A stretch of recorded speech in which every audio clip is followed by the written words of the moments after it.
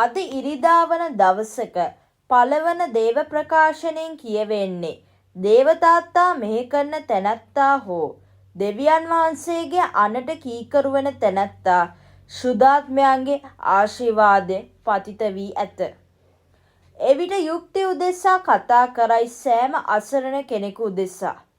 ඒ වගේම එම පුද්ගලයා ප්‍රසිද්ධිය අන් අය හෙලා දැකීම අන් අයව ජීවිතයේ දුක් ගැහැට හිනා වීම නැත. සමහර වෙලාවට අන් අය ඔහුට විරුද්ධ වුණත් දෙවියන් වහන්සේ ඔහු සමග කනස්සල්ල ඇති නොවන්නේ ඇත. එය හොඳම උදාහරණයේ පුද්ගලයා වනුයේ ක්‍රිස්තුස් වහන්සේවත් ජේසුතුමා. එතුමා අන් අයගේ පීඩාවලට ඇහුම්කන් දී ඔවුන්ට පිහිටුවේය. ඔවුන්ගේ ජීවිතයට නව පෙරලියක් ඇත කළේය. එනම් තව ඇරඹුවක් ඇත කළේය.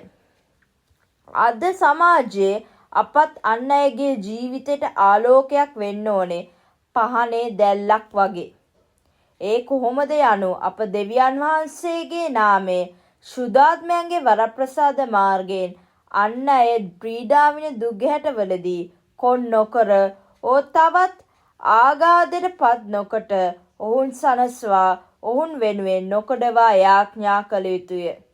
ඒ වගේම අපට එවන ලද ගිහි හා පැවිදි සෑම දෙනා පිළිගත යුතුය හා ඔවුන්ගේ ඔවදම් පිළිපැදිය යුතුය.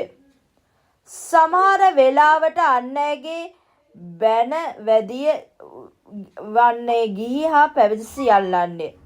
ඔවුන් කර වරද අපට විනිශ්චය කරන්න බෑ. ඒ වගේම ඔවුන්ගේ නාමය අන් අයගේ වැරදි ලෙස දිය නොයුතුය. මොකද දෙවියන් වහන්සේගත් ජනතාව නිසාත් අප වෙනුවෙන් දෙවියන් වහන්සේ ඉදිරියේ මැදිහත් වන නිසාය. ඒ නිසා දෙවියන් වහන්සේ ඔවුන්ගේ වරද විනිශ්චය කරයි.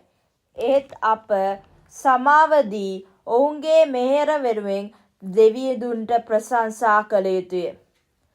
දේව ප්‍රකාශනය වන දෙවන පිළිඹු කරන්නේ දේවතාත්තා අපගේ පාපය කොතරම්ද දුප්පත්ද පොහොසත්ද යන තරාතිරම් ඔවුන් වහන්සේට වැඩක් නැත.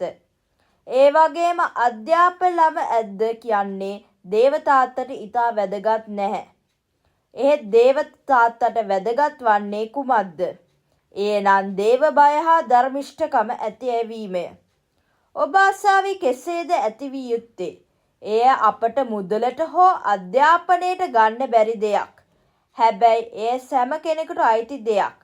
විශේෂ රෝමාන කතෝලික සභාවේ ජනතාවටය. එසේනම් කුමක්ද? එනම් ශුද්ධාත්මයාණන් හෝ සහායක දායකයාණන් අපට දෙන ලද ශුද්ධාත්ම දීමනා ඵලයි. අප අද සිට හා සෑම දින අයාඥා කරමු ශුද්ධාත්මයාණන්ට ඵල දීම හා දීමනා දෙන්න කියා. එවිට අපට දේවතාත්තාගේ තුරුලේ සිටින්න පුළුවන්. අද සුවිශේෂය කියන්නේ සමිදානම් වහන්සේ බෞද්ධ ස්නාපනේ. එයින් අද වත්මන් ජීවිතයේ ගත යුතු ආදර්ශ වනුවේ සුද්ධෝ ජොහන්තුමා වගේ අප බැහැපත් විය යුතුය. කොච්චර ලෞකික සැම්පත් තිබුණත් දේවතාත්තා අන් අය ඉදිරියේ අප පිළිගත යුතුය.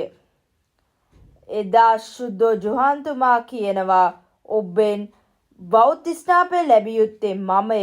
එහෙත් ඔබ මා වෙත එනසේක් දැයි එවන් බැහැපතක් කමක් දිවසිවරයෙකුන සුද්ධෝ ජොහන්තුමා ගාව තිබුණ එක වාසනාවක්. ඒ වගේම ජේසු දේවතාත්තගේ අනට කීකරු වාසේ අපත් සැම විට දේවතාත්තා කැමැත්ත ඉටු කළ යුතුය. අන්තිමට කියව යුතුය අප සැම විට අප ළඟ ශුද්ධාත්මයාණන් ඉන්නවා නම් දෙවියන් වහන්සේ අප සමගය. එහෙනම් ඔබට ජේසු පිහිටයි.